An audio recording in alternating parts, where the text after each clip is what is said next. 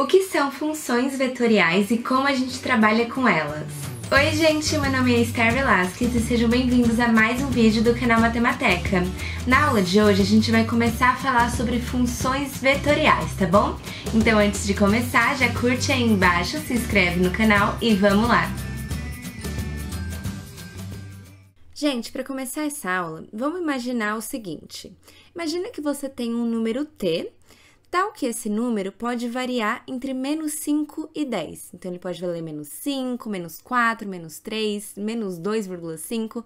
Todos os números reais entre menos 5 e 10, esse valor t pode valer.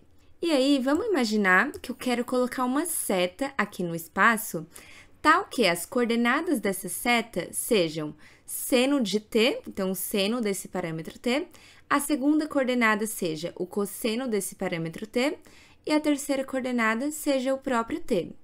Quando t vale menos 5, essas coordenadas vão ficar assim, ó, 0,96, 0,28 e menos 5, que é o próprio t. E conforme a gente vai variando o valor de t, a gente está variando quais são as coordenadas que a gente está olhando aqui no espaço, né? Então, por exemplo, se a gente for até o t igual a 10, a gente vai chegar na altura 10 aqui, que é a terceira coordenada, e aí o seno de 10 e o cosseno de 10. Legal, então para cada valor de t, a gente tem a respectiva coordenada aqui no espaço, de acordo com o seno de t, cosseno de t e o próprio t. Então, no eixo x, que é o eixo vermelho, a gente está na coordenada seno de t. Então, por exemplo, quando t é menos 3,7, a coordenada x vai ser 0,53. A coordenada y, que é o eixo verde, vai ser o cosseno de t. Então, nesse valor de t, ela vale menos 0,85. E a coordenada z, que é a altura, vale o próprio valor do t.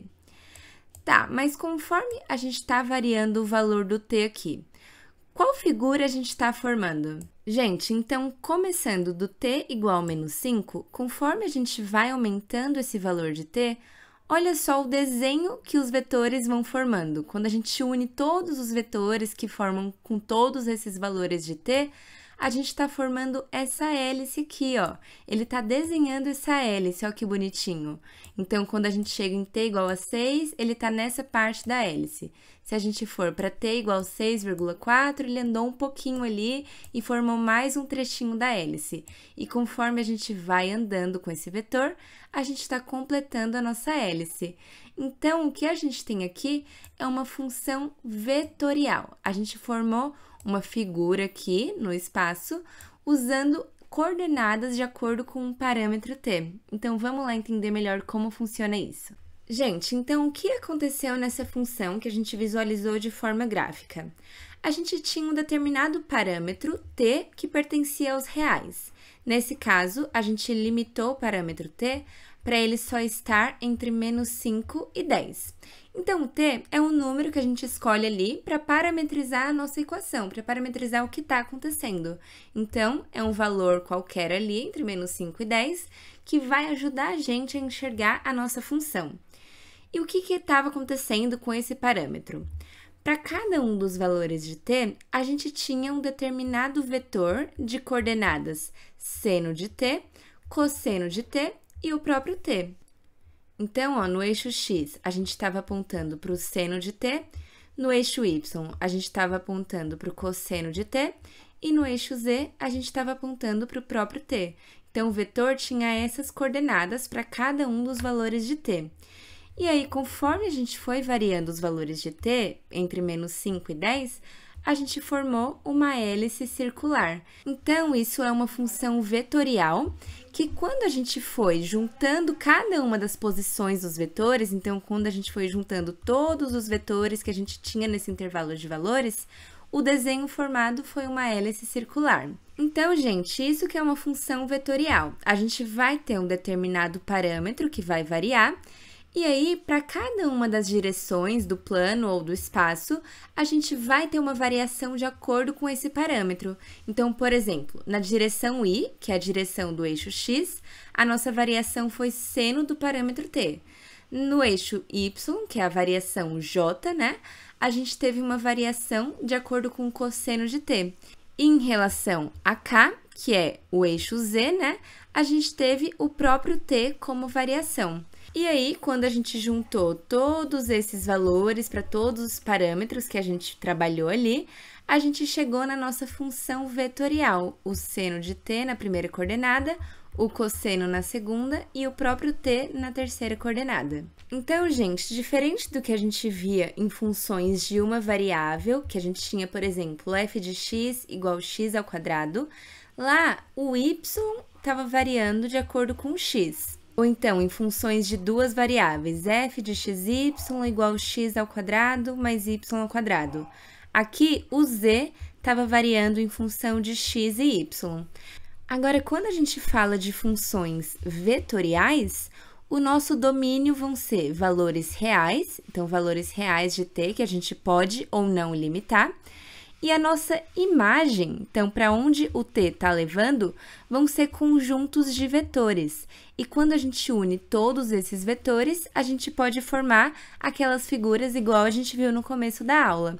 Então, para cada valor real de t, do parâmetro t, a gente vai ter um determinado vetor e o conjunto desses vetores forma a imagem da nossa função vetorial. E essas funções vetoriais, gente, elas podem ser usadas para descrever curvas, superfícies e até mesmo o movimento de objetos no espaço. Então, por exemplo, a função vetorial t ao quadrado, t raiz quadrada de t. Então, para cada valorzinho de t que a gente colocar aqui, a gente vai ter um determinado vetor. Então, por exemplo, se t for igual a 1, a gente vai ter o vetor 1, 1, 1, certo? Aí, se t for igual a 2, a gente vai ter o vetor 4, 2, raiz de 2. Então, para cada valor de t, a gente vai colocando um vetor diferente aqui, e juntando todos esses vetores, a gente pode formar uma figura, que é uma curva espacial. Um outro exemplo, se a gente tiver essa função vetorial, cosseno de t, seno de t, 2. Só que aí, nesse caso, ele falou que o t está sempre variando entre 0 e 2π. Repara uma coisa, aqui a terceira coordenada sempre vale 2. Então, diferente do exemplo que a gente viu lá no começo da aula, ela está em um ponto fixo aqui do eixo z. Ela está sempre valendo 2. E aí, em x e em y, a gente tem uma variação dos vetores, sendo que o parâmetro t sempre varia entre 0 e 2π. Então, como lá no começo a gente estava formando uma hélice circular, já que a gente tinha um movimento no eixo z, agora a gente vai estar formando apenas uma circunferência, que vai estar parada aqui em z igual a 2, já que essa coordenada sempre vale 2, né? Ó, gente, então vamos olhar aqui a função vetorial t ao quadrado, t raiz quadrada de t. Eu vou colocar aqui o parâmetro t para variar entre 0 e 7. E você já deve imaginar por que eu não estou colocando valores negativos de t, né? Mas a gente vai falar sobre isso mais para frente. Então, conforme a gente vai variando o valor de t, a gente tem um determinado vetor aqui em preto, então esse aqui é o vetor, que está apontando para essas coordenadas, t ao quadrado, t raiz quadrada de t. E quando esses vetores vão se unindo, eles vão formando essa curva. Olha só que bonitinho. Gente, assim como a gente tinha o domínio das funções de uma variável, de duas variáveis, a gente também vai ter o domínio das funções vetoriais. E pode ficar tranquilo que a ideia vai ser basicamente a mesma, tá bom? Mas então vamos pensar o seguinte, a gente tem essa função vetorial, onde a primeira coordenada é o ln de 2 mais t, a segunda é o t, e a terceira é raiz quadrada de t. Como a gente viu lá no domínio de funções comuns, né, funções de uma variável e duas variáveis, para encontrar o domínio, a gente tem que primeiramente ver quais são os valores da nossa variável que fazem o denominador ser diferente de zero, porque quando o denominador zero, aquele valor não está no domínio, né? Em segundo, a gente tem que ver quais são os valores da nossa variável que fazem a raiz quadrada ser sempre maior ou igual a zero. Então, o termo que está aqui dentro tem que ser positivo, né? Ou então igual a zero. E a terceira condição principal que a gente tem é que o logaritmando, então, se a gente tem o ln de alguma coisa, esse alguma coisa tem sempre que ser maior do que zero. Então, essas são as condições para os valores estarem no nosso domínio. Para a gente encontrar o domínio de uma função vetorial, a gente vai olhar cada uma dessas condições em cada uma das nossas coordenadas. Então, vamos chamar aqui de coordenada A, que é a primeira coordenada da nossa função vetorial. Na coordenada A, a gente tem o ln de 2 mais t. Quais são os valores de t que satisfazem isso aqui, que fazem isso aqui existir? Bom, o logaritmando sempre tem que ser positivo, né? Então, 2 mais t sempre tem que ser maior do que zero. Então, passando 2 para o outro lado com o sinal trocado, a gente tem que o t sempre tem que ser maior do que menos 2. Então, essa é a condição para a coordenada A. Não tem mais nada que acontece aqui, né? Não tem como o denominador zerar, não tem nenhuma raiz quadrada nessa coordenada. Então, a gente pode ir para a próxima coordenada, que é a coordenada B. Essa coordenada é simplesmente o t, o parâmetro t sem nada acontecendo com ele. Então, qualquer valor de t satisfaz a existência dessa coordenada, né? Não tem nenhum valor de t que faz o denominador zerar, que faz a raiz quadrada ser negativa, nem nada do tipo. Então, vamos para a coordenada C, para fechar. Então, na coordenada C, a gente tem a raiz quadrada de t. Para isso aqui existir, para ser coerente essa expressão, a gente tem que ter que o que está dentro da raiz quadrada, que é o próprio t, tem que ser maior ou igual a zero. Então, essa é a condição de existência da terceira coordenada. Então, gente, olha só. Na coordenada A, a gente viu que o t sempre tem que ser maior do que menos 2. Então, a gente só pode pegar os valores à direita do menos 2. Na coordenada B, a gente pode pegar qualquer valor de t. Todos eles satisfazem a existência dessa coordenada. E na coordenada C, a gente tem que pegar valores maiores ou iguais a zero. Mas, gente, as coordenadas estão unidas aqui. Elas não existem individualmente porque elas fazem parte da mesma função vetorial. Então, o domínio tem que ser o mesmo para as três. Logo, as coordenadas A e B vão ter que ceder uma parte do domínio delas aqui, vão ter que deixar de trabalhar com alguns valores, porque, por solidariedade, a coordenada C mesmo, porque a coordenada C não pode trabalhar com eles. Então, o domínio da nossa função vetorial vai ser só o intervalo onde as três coordenadas existem simultaneamente, ou seja, vai ser a intersecção do domínio de A com o domínio de B com o domínio de C. Logo, o domínio da nossa função vão ser os valores de t maiores ou iguais a zero, porque para esses valores as três coordenadas existem ao mesmo tempo. Vamos ver mais um exemplo aqui. Mais uma vez, a gente vai ter que encontrar o domínio de cada coordenada individualmente, para depois a gente encontrar o intervalo geral do nosso domínio. Então, vamos começar pela coordenada A. Na coordenada A, a gente tem 1 sobre t. Para isso aqui existir, o denominador tem que ser sempre diferente de zero, né? Isso não existe quando t for igual a zero. Na coordenada B, a gente tem t ao quadrado. E isso existe para todos os valores reais, né? Não tem nenhum valor de t aqui que vai dar problema para essa expressão. E na coordenada C, a gente tem 1 sobre ln de t. Primeiramente, como a gente tem um logaritmo aqui embaixo e o logaritmo está envolvendo t, a gente sabe que o logaritmando sempre tem que ser maior do que zero, né? Porque sempre que a gente tem um logaritmo, o que está aqui dentro, esse argumento aqui do parênteses, nunca pode ser menor ou igual a zero. Mas ainda para essa coordenada C, a gente tem que o denominador, ln de t, tem que ser diferente de zero. Quando o ln de alguma coisa é igual a zero? Ó, uma regrinha de logaritmo aqui, tá bom? Isso só vai acontecer quando esse alguma coisa for igual a 1. Então, para o ln de t ser diferente de zero, o t precisa ser diferente de 1, tá bom? Ó, então, na coordenada A, a gente pode pegar todos os valores de t, com exceção do zero, mas todos os outros valores satisfazem a existência dessa coordenada. Na coordenada B, a gente pode pegar literalmente todos os valores.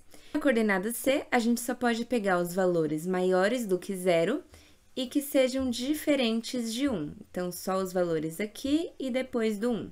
Então, onde está a intersecção do domínio das três coordenadas? a gente pode pegar aqui os valores entre 0 e 1, com bolinha aberta tanto no 0 quanto no 1, né? Porque aí vai respeitar as 3 coordenadas. E depois os valores maiores do que 1. Então, nosso domínio vai ser t entre 0 e 1, e depois do 1 até o infinito. Então, para esses valores de t, as nossas 3 coordenadas vão existir simultaneamente. Esse é o nosso domínio. Gente, para fechar, vamos falar sobre o limite de funções vetoriais. Então, a gente já calculou limites de funções de uma variável, de 2 variáveis, e agora vamos calcular o limite dessas funções vetoriais aqui.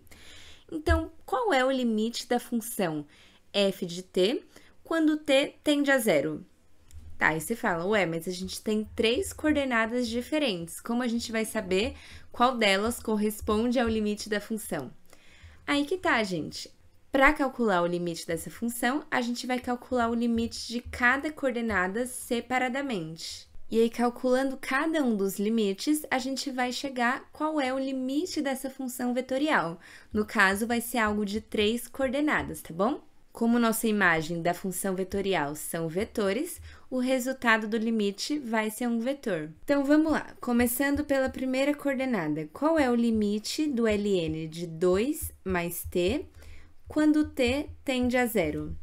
Aqui nesse caso, quando t está indo para 0, a gente não tem uma indeterminação, né? Então, a gente pode substituir direto, vai ficar o ln de 2 mais 0, que é o ln de 2. Então, a primeira coordenada do nosso resultado é o ln de 2. Agora, vamos calcular o limite de t vezes Euler elevado a menos t quando t tende a 0. Se a gente substituir aqui, a gente cai em 0 vezes Euler elevado a menos 0. Isso aqui vai dar 0 vezes 1, que é 0, né? Então, a segunda coordenada do nosso resultado vai ser 0. E, por fim, na terceira coordenada, a gente tem o seno de t sobre t. Quando t tende a 0, isso aqui cai no limite fundamental trigonométrico, que vai dar 1. Portanto, a terceira coordenada do nosso limite vale 1. Logo, quando t tende a 0, para essa função vetorial, a gente está se aproximando do vetor ln de 2, 0, 1. Embora o t igual a 0 não esteja no nosso domínio, porque ele dá uma indeterminação nessa terceira coordenada, a gente pode fazer o limite de quando t se aproxima de 0. E aí, a gente sabe que a gente vai estar se aproximando do vetor ln de 2, 0, 1. Bom, gente, então foi isso no vídeo de hoje. Eu espero que vocês tenham gostado. Não esquece de curtir, se inscreve no canal, compartilha com seus amigos e já me segue lá no Instagram para ficar por dentro de tudo, tá bom? Então a gente se vê no próximo vídeo, gente. Beijo!